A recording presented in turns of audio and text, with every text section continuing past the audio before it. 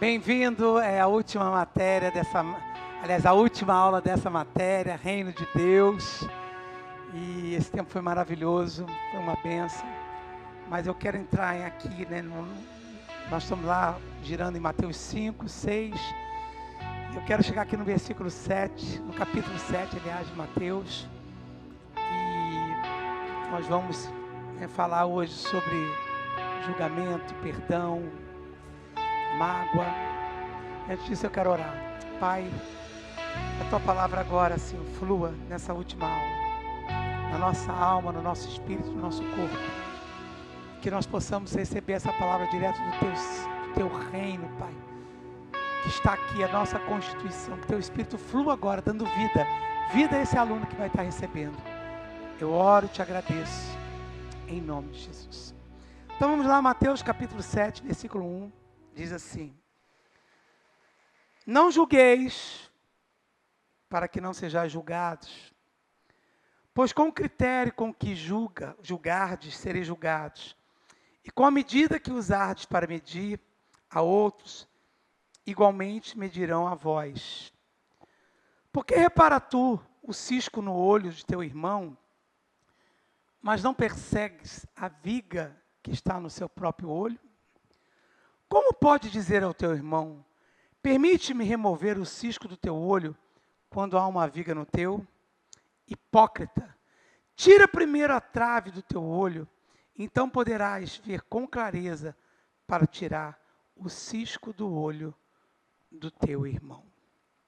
Não deis o que é sagrado a cães, nem joguei aos porcos as vossas pérolas, para que não o pisoteiem e voltando-se vos façam em pedaços. Dura palavra. Primeira coisa que eu quero falar é de julgamento, irmão. Deixa eu te falar, todos nós já fomos julgados pela pessoa que é o verdadeiro juiz. Vou te apresentá-lo. Vou apresentá-lo. Jesus Cristo. Todos os nossos erros já foi julgado por Ele. Ele é a nossa justiça. Romanos, capítulo 5, presta atenção. Nós já fomos justificados. Diz assim, Romanos 5:1. Portanto, havido sido, nós já fomos justificados pela fé, né, pelas obras. Temos paz com Deus por meio do nosso Senhor Jesus Cristo. Então, deixa eu te falar. Você não está aqui na terra para julgar ninguém, ok? Eu no começo da minha conversão, a gente fica querendo que o outro seja aquilo que a gente é.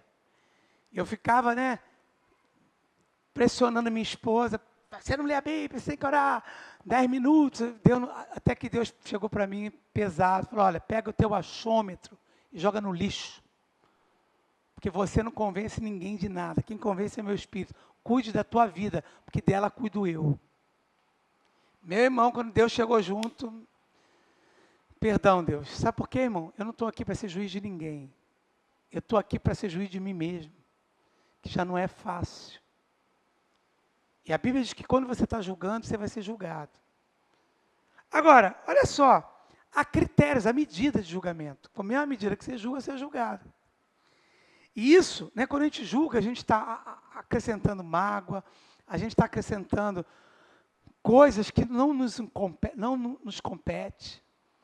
Porque você vai errar, Deus não se engana com a gente, e você vai precisar da mesma misericórdia, bem-aventurados os misericordiosos, que receberão misericórdia. E aí, irmão, sabe o que você tem que fazer? Você tem que cuidar do cisco do teu olho, você tem que cuidar do teu testemunho, você tem que cuidar da tua mudança. E as pessoas que não quiserem mudar, quando eu falo cães e porcos aqui, não são animais, são pessoas que às vezes convivem com você, se associam com você. Ao invés de acender mais tua luz, apaga a tua luz. E eu vou te dar um conselho: quanto a essas pessoas, se elas não querem, se afasta delas, irmão. Porque as suas associações vão definir o seu futuro. Com quem você tem se aliançado? Porque aqui nós temos que definir: ou a gente se aliança com o governo do mundo, ou a gente se aliança com o governo de Deus. E as nossas alianças nos definem, as nossas parcerias nos definem. Eu não estou dizendo que tem que ser igual, porque cada um é de um jeito. Ninguém é igual a ninguém. E você nem vai fazer ninguém virar o que você quer que seja. Porque Deus tem um propósito nas diferenças, nas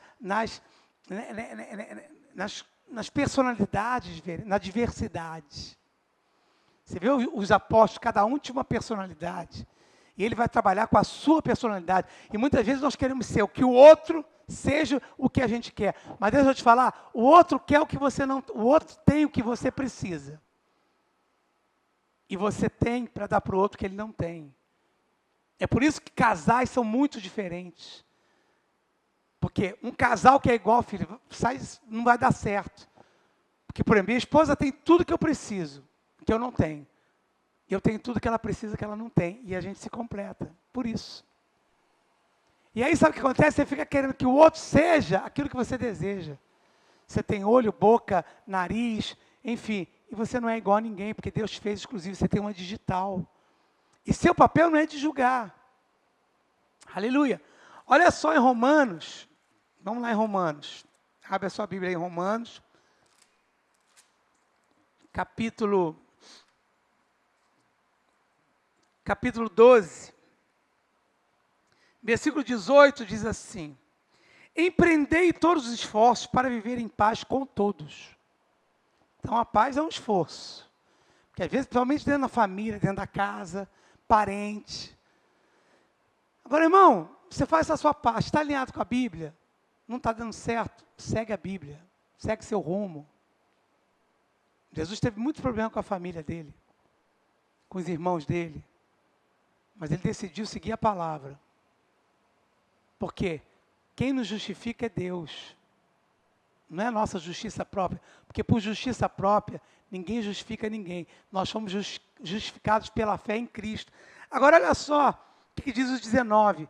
Amados, jamais procurai vingar-vos a vós mesmos, mas entregai a ira a Deus, pois está escrito: minha é a vingança, eu retribuirei, declarou o Senhor. Aí diz assim: ao contrário, se o teu inimigo tiver fome, dá-lhe que comer. Se tiver sede, dá-lhe de beber. Porquanto, agindo assim, amontoarás brasas vivas sobre a sua cabeça. Jamais te entregues ao mal como vencido, mas vence o mal com o bem. Então, irmão, é assim, quando a gente erra, misericórdia, Senhor. E quando os outros erram, justiça. Não, irmão. Erraram com você, começa a orar por ele. Senão vai gerar sentimento de mágoa. Vai gerar sentimento de angústia. Vai gerar angústia. E isso vem para tirar a tua paz. E o diabo sempre vai usar aquela pessoa que está mais próxima de você. E geralmente é a que a gente ama.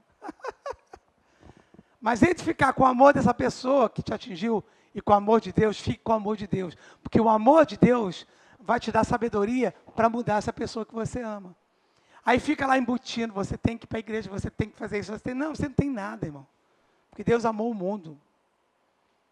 Para todo aquele que nele crê, não pereça e tenha a vida eterna. Deus não amou o católico, o evangélico, Deus amou o mundo. Deus não amou religião, não, irmão. Aí sabe o que ocorre?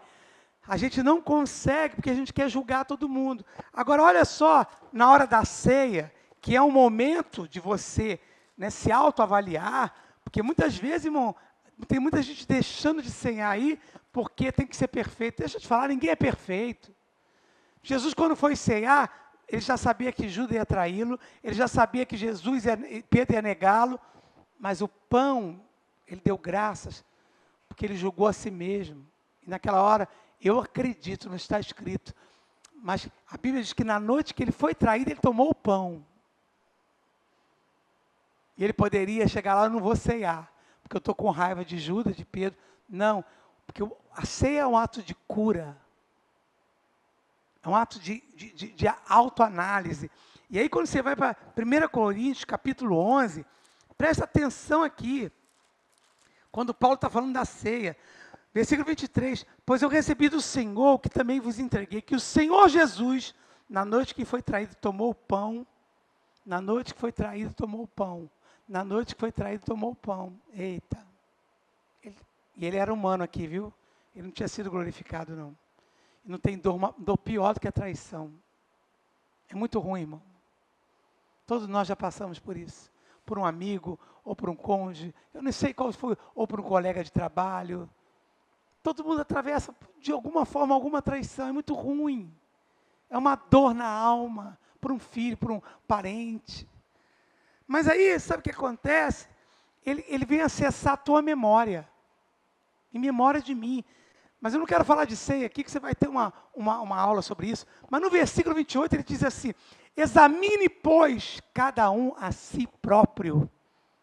E dessa maneira como pão e beba do cálice. Então, não é para examinar o outro, não. Ah, fulano ceiou, como é que pode, hein? Tá Isso não é problema teu.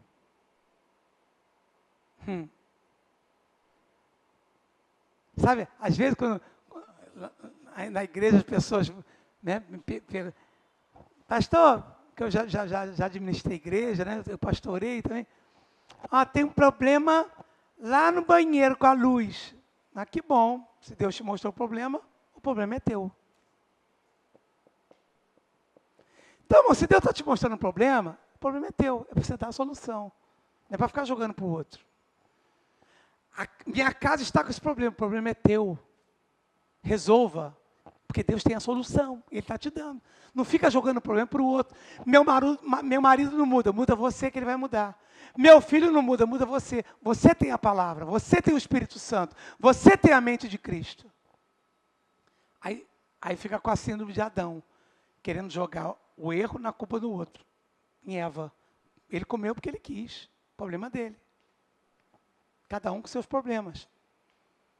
E a gente fica querendo justificar o nosso no outro. Por causa da crise, por causa disso. Não, irmão. Então, agora preste atenção. Pois quem come e bebe, sem ter consciência do corpo, come para sua condenação. Sabe por quê? Jesus vai te julgar, te julgou não foi para se condenar, foi para te libertar. Agora, quando você come inconsciente, julgando todo mundo, cheio de mágoa, de ressentimento. Mas, pastor, eu fico com ressentimento. Pois é, fé não anda pelo que sente. Como que eu perdoo? Abençoando essa pessoa que me magoou. Eu não consigo, abre a boca, não é pelo que você sente. Senhor, tu sabes como está o meu coração, mas eu abençoo essa pessoa. Você vai ver se vai se manifestar ou não, perdão. Porque perdão não é deixar de sentir. Né? Perdão é quando você, né, eu perdoei, né? Mas por dentro está tudo podre, você é pouco caiado. Não, perdão é quando você lembra e não dói mais. Enquanto está doendo, libera a bênção. Abençoa essa pessoa. Satanás, se vier a dor, eu vou abençoar. É a amante, é o parente. Abençoa. Mas eu não tenho vontade, mas fé não anda pela vontade, fé anda pela palavra. Traga aquilo que você quer. Se você quer perdoar, traga o perdão dizendo pela boca. E aí, olha o versículo 31. Contudo, se nós tivéssemos cautela de julgar nós mesmos, não seríamos condenados. Sabe por que a gente é condenado? Porque julga o que a gente não tem que julgar. Fica julgando a vida do outro. Fica dizendo que a autoridade tem que fazer. Não, irmão, a Bíblia manda orar por autoridade. Não é julgar ela. Porque se a autoridade está lá, foi o povo que elegeu. Aleluia. Mas nós vamos ter uma aula no segundo módulo sobre isso, viu? Versículo 32. No entanto, quando somos julgados pelo Senhor, olha que maravilha. Senhor, julga essa causa minha. Julga essa fraqueza minha. Senhor, me ajuda. Tudo que Jesus fez, manifesta agora, porque já foi consumado. Estamos sendo corrigidos, a fim de que não sejamos condenados juntamente com o mundo. Então, deixa eu te falar, Deus não te julga para te condenar. Ele nos julgou para nos libertar. E quando você começa a julgar o outro, sabe o que acontece? Você começa a ser cativo de novo. Olha aqui em Gálatas capítulo 5. Gálatas capítulo 5. Quando você começa a cuidar de você com Deus, a coisa fica mais fácil para você e para quem te rodeia. Gálatas 5 diz assim, foi para a liberdade, versículo 1, que Cristo nos libertou. Então nós já somos livres. Portanto, permanecei firme e não vos sujeitei outra vez a jugo de escravidão. Porque a falta de perdão, a mágoa é escravidão. Ela interrompe a sua oração. Olha aqui, vem comigo em Hebreus. Hebreus, vamos lá. Hebreus, capítulo 12, versículo 14. Hebreus 12, 14. Diz assim: esforçai-vos para viver em paz com todas as pessoas. Se não tem condição de viver em paz, mãe, meu irmão, pede a direção ao Espírito que Ele vai dar. Em paz com todas as pessoas e em santificação, não é em perfeição. Santificação, separado. Origem grega, separação. Sem a qual ninguém verá o Senhor. A gente acha que é no céu. No céu fica tranquilo que você vai ver o Senhor. Mas você precisa ver o Senhor aqui na terra. E lá você não vai precisar viver em paz com todos, porque lá é a verdadeira paz. E a gente acha... olha, se você não viver em paz, você não vai ver Deus, você não vai para o céu. Não, isso não implica em salvação. Isso implica em você, né, se esforçar em viver com todas as pessoas em paz. E separado naquilo que é o teu reino. Por quê? Sem essa paz, você não pode ver o Senhor. Porque você está atribulado, você está em guerra, você está em ansiedade. Agora, olha o contexto desse texto. Vigiai, para que ninguém se exclua da graça de Deus. Ou seja, o que é isso? Impede o favorecimento de Deus, sabe? Porque a gente vai para as diretrizes do mundo, a gente vai para a orientação, vou agir do meu jeito. Eu sou assim mesmo. Eu falo na cara, eu falo a verdade. Não, irmão, ei, teu pavio não está curto não, já foi queimado. Seu fogo agora tem que ser fogo do Espírito. Se não está dando, pede a Deus sabedoria, se afasta. Não se envolve mais, dá um tempo. E ficar sem o favor de Deus, Deus me livre.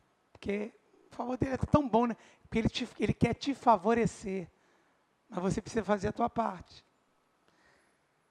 Que nenhuma raiz de mágoa ou amargura venenosa brote e vos cause confusão, contaminando a muitos. Eita.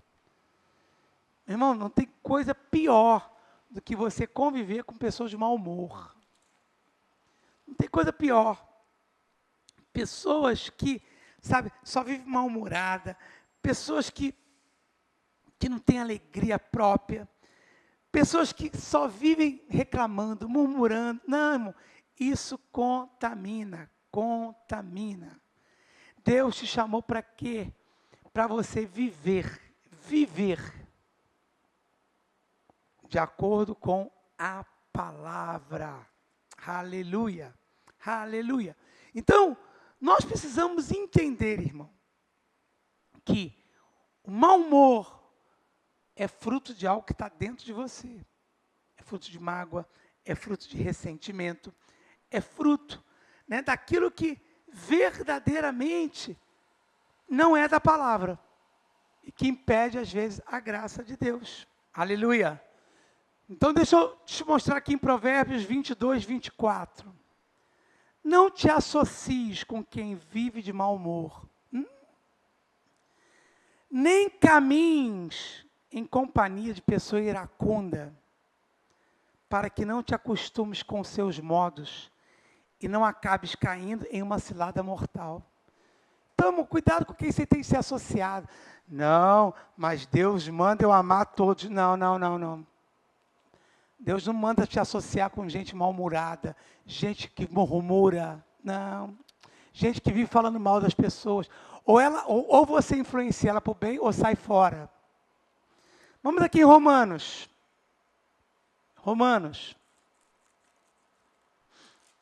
Aleluia. Capítulo 16. Presta atenção. Rogo-vos, queridos irmãos, que tomem muito cuidado com aqueles que causam divisão. Aleluia. Cuidado, irmão. Com quem você tem se associado. Eu tenho que amar. Não, você não tem que amar todo mundo. Tem gente que não quer receber o amor de Cristo, quanto mais o nosso. Agora, cuida de você. Porque amar a Deus acima de todas, ao próximo como a ti mesmo. Se tu está mal, tu vai passar ressentimento, mágoa. Teu coração tem que estar limpo, bem-aventurado aqueles limpos de coração. E levantam obstáculos à doutrina que aprendeste. Está maluco?